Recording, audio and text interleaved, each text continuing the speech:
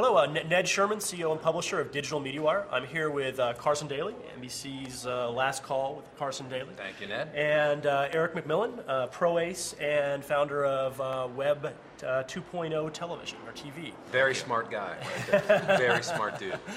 And we're really Thanks, great to have you here. Thanks, Ned. You're probably the most recognized person in terms of having a sense of the pulse in pop culture today. And what I'd like to ask you is, what is your sense of what's going on with digital media and interactivity? Is this something, coming from a traditional media standpoint, is this something that is now a more than just curiosity for traditional media people? Is it now a necessity that you're interested and involved in new media projects? Yeah, I definitely think so, Ned. I mean, I think there's been a little bit of a game of catch-up that's been happening with most of the networks and traditional media. As I mentioned, a lot of the websites, even a couple of years ago, stuff was repurposed there.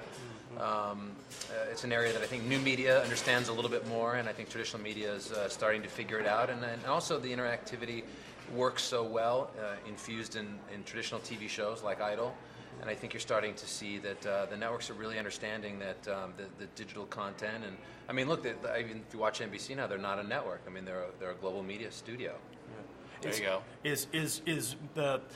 Is the video, the television industry going to be able to avoid the mistakes made by the music industry? I mean, we're seeing the hole that the major labels are in today. What's your sense of what's going on with the major studios? I don't know how much insight I can give to that, but from where I'm sitting, I mean, I fell victim to the digital boom and the loss of the brick and mortar business and the sort of the fall of the conventional record label. I had an independent label that we just couldn't quite exist. And I certainly hope that the bigwigs in Hollywood and television took note of that. I'm sure people in the film business were awfully worried about having films get out and get Napsterized that way. But I'm sure that they're on it and have figured it out. But it's well, with the social dangerous. networking, user-generated content piece. I know you're doing a lot with your .tv site. Yeah. Demand media. So I'll ask you about demand media in a second. But how are you using the community to find talent to host on your show, and are you using the community? You know what it is, Eric? It seems like there's been a model that's been going on in television and in film, and it's there's a path to success. And if you want to host a show, you want to act in a sitcom, or you want to get your script to the hands, there was just a big barrier that was there. I find myself in a position to break down that barrier, especially because of the music. I mean, music is something that people look at me and they give me their demos all the time because they think I can, make them famous or make them big rock stars. But I love that. I don't take it for granted. The internet's just been a larger version of that sharing, to you really passing it. It's virally. I get it now all the time on my .tv site, and having the .tv site's a great platform for collecting the work, and I find great comedy troupes, stuff we book on the late night show. I can use social media, social networking, user-generated content. I can use the stuff online to fuel the content of my late night show and other endeavors that I'm in. That's been Does it truly power? Biggest. Does it truly power? I mean, the online show, a lot of it. And how do you pick the best? I mean, do you go through all? I mean, it's hard. You get demo tapes. You there's a weeding out. There's a. Do you weed it out, or does the community help you weed it out? I have the importance of the community is that they go through a lot of it, and that's that whole sort of dig mentality I think helps the filtration process, which.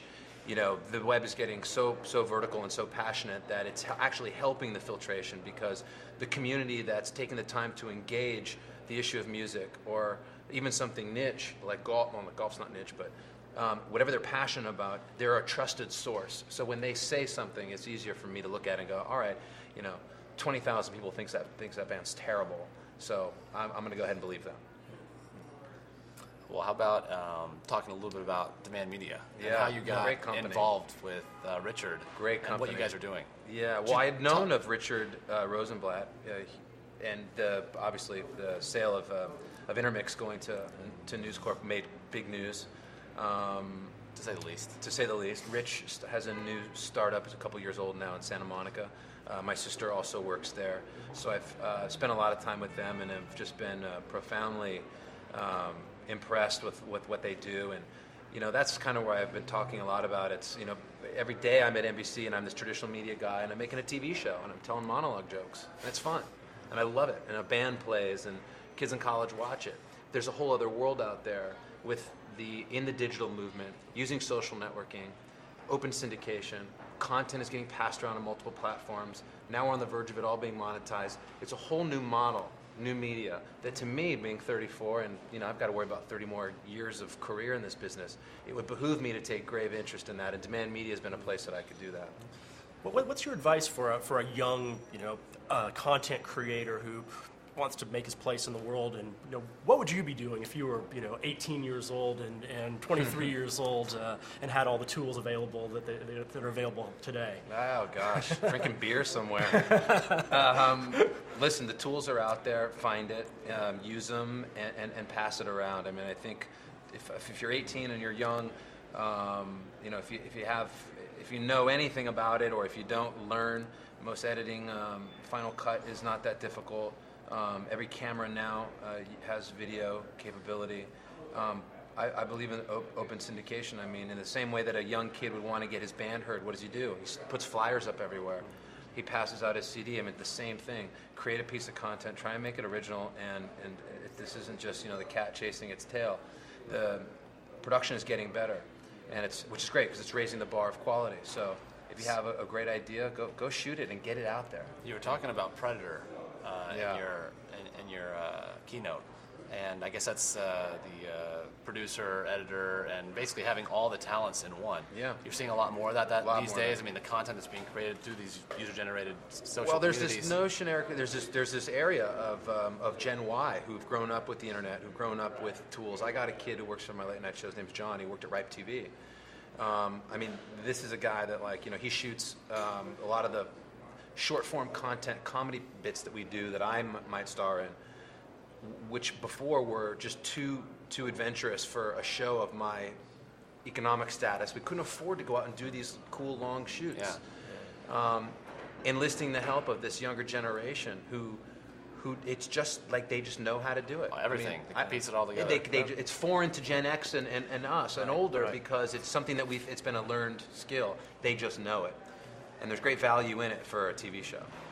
There's tools out there that I've just seen at South by Southwest, and just being in this space with Generation Wires, coming up with ways to edit quick. I mean, Final Cut Pro, cheap, fast, easy to learn and to distribute content and get it out there to YouTube, etc. But there's tools like Animoto and GoToIt, and there's tools online you can import your video from your camera and you can actually edit it online and then send it straight to your favorite online video places. Which to is share helping. with your It's friends. making the content that much better because they're clipping out just little bits of stuff that's not that good. Well, what do you think about quality versus? I mean, you've got the traditional NBC and then you got your .TV. What is the quality difference in between, and how do you bridge that gap when you want to take it to? I mean, there's a big gap there. And again, I think I look at my .tv site as just a playground, as a place where I hang my open for business sign out to the online community, especially people with music interests. It's accessibility. It's about that. God, if I just could get to a guy like Carson Daly and get him my stuff, he would see that I'm going to be the next Pearl Jam. Well, now he can, and he does, and I do look at it. And if it all works out in the perfect little system, if the quality is good enough, I can grab it right from that. Tell my booker, hey, call these kids in Colorado. Let's get them out here. Happen. They're good. And give them a shot on TV. But it comes down to TV. God bless the internet. God bless my .tv site. But if I don't have the platform of television, then it's less sexy.